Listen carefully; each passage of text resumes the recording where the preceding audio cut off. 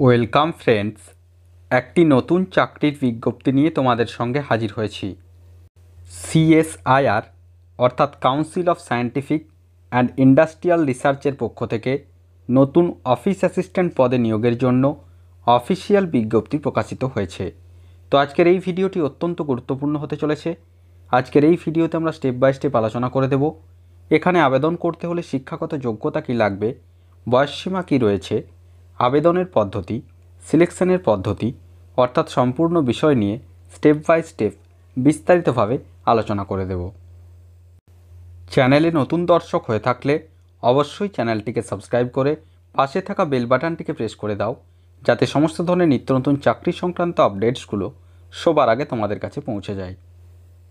Official বিজ্ঞপ্তি open করলাম, যেটি সিএসআইয়ের central glass and ceramic research institute কলকাতার পক্ষ থেকে এই অফিসিয়াল নোটিফিকেশনটি প্রকাশিত হয়েছে। অ্যাডভার্টিসমেন্ট নম্বরটি রয়েছে দেখো 4/2024।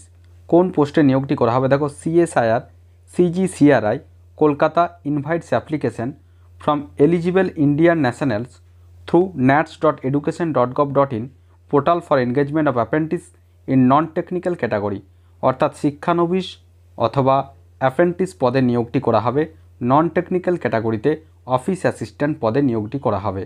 এখানে দেখো টোটাল ভ্যাকান্সি কতগুলি রয়েছে, টোটাল ভ্যাকান্সি রয়েছে 25টি। কী রয়েছে দেখো, এখানে সিরিয়াল নাম্বার 1-এ এরিয়া অর ডিসিপ্লিন রয়েছে office assistant or modern office management. Total vacancy এখানে রয়েছে 25টি, প্রথমেই বললাম। তার মধ্যে আনরিজার্ভ 14টি, এসসি রয়েছে 5টি, এসটি 1টি এবং ওবিসিদের জন্য 5টি শূন্যপদ সংরক্ষিত রয়েছে। প্রতি মাসের ক্ষেত্রে 9,000 টাকা করে স্টাইপেন্ড এখানে দেয়া হবে। নেক্সট আমরা আসছি এসেনশিয়াল কোয়ালিফিকেশান কি চাওয়া হয়েছে।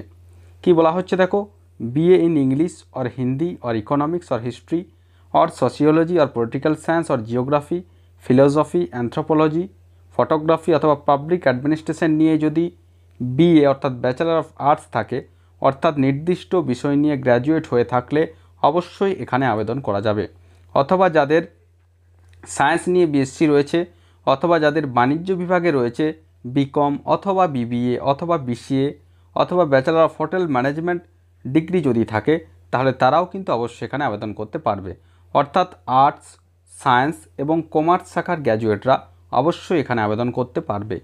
এখানে দেখো কি বলা হচ্ছে, the applicant should have graduated between 2020 থেকে 2024 সালের মধ্যে অবশ্যই কিন্তু তাদের গ্র্যাজুয়েশন কমপ্লিট হয়ে থাকতে হবে। যারা অ্যাপ্লিকেশন করতে পারবে সেক্ষেত্রে তাদের একটি ক্রাইটেরিয়া রয়েছে, 2020 থেকে 2024-এর মধ্যে তাদের গ্র্যাজুয়েট ডিগ্রি কমপ্লিট হয়ে থাকতে হবে। এবার দেখো অগ্রাধিকার কারা পাবে, যাদের সার্টিফিকেট রয়েছে ফিনান্সিয়াল অ্যাকাউন্টিং অথবা অফিস প্রসিডিওর অথবা ফিনান্সিয়াল ম্যানেজমেন্ট অথবা Hindi to English and English to Hindi translation অথবা কম্পিউটার অপারেশনসে যাদের রয়েছে তারা অবশ্যই এখানে অগ্রাধিকার পেয়ে যাবে। এবার দেখো fields on training in brief, অর্থাৎ কোন কোন ফিল্ডে ট্রেনিং দেওয়া হবে পরপর এখানে সেগুলি উল্লেখিত রয়েছে। নেক্সট আমরা আসছি জেনারেল ইনস্ট্রাকশন কীভাবে আবেদন করতে হবে। Interested candidates are requested to apply through nats.education.gov.in গিয়ে তোমাদেরকে অ্যাপ্লিকেশন করতে হবে। প্রথমে কি করতে হবে দেখো, স্টেপ 1-এ রয়েছে for students who have already enrolled in the national web portal. যাদের ন্যাটস পোর্টালে নাম নথিভুক্ত রয়েছে সেক্ষেত্রে প্রথমে তাদেরকে লগ ইন করতে হবে। তারপর ক্লিক এস্টাবলিশ রিকোয়েস্ট মেনুতে ক্লিক করতে হবে। পরপর এখানে কিন্তু সমস্ত কিছু রয়েছে, upload resume, type, click apply again. এটা রয়েছে যাদের রেজিস্ট্রেশন করা রয়েছে। যাদের ন্যাটস পোর্টালে রেজিস্ট্রেশন নেই তাদেরকে প্রথমে nats.education.gov.in ওয়েবসাইটে যেতে হবে, ক্লিক স্টুডেন্ট, তারপর রেজিস্ট্রেশন করার পর তাদেরকে নির্দিষ্ট প্রসেসে এখানে অ্যাপ্লাই করতে হবে। তো এখানে যে আবেদন করার শেষ তারিখ আগামী 15ই মে 2024 পর্যন্ত এখানে অনলাইনের মাধ্যমে আবেদন করা যাবে। তো যাদের নির্দিষ্ট শিক্ষাগত যোগ্যতা রয়েছে, অর্থাৎ যাদের গ্র্যাজুয়েশন কমপ্লিট রয়েছে, তারা অবশ্যই আগামী 15ই মে 2024-এর মধ্যে পজিটিভলি ফর্ম ফিল আপ করে নিতে পারবে।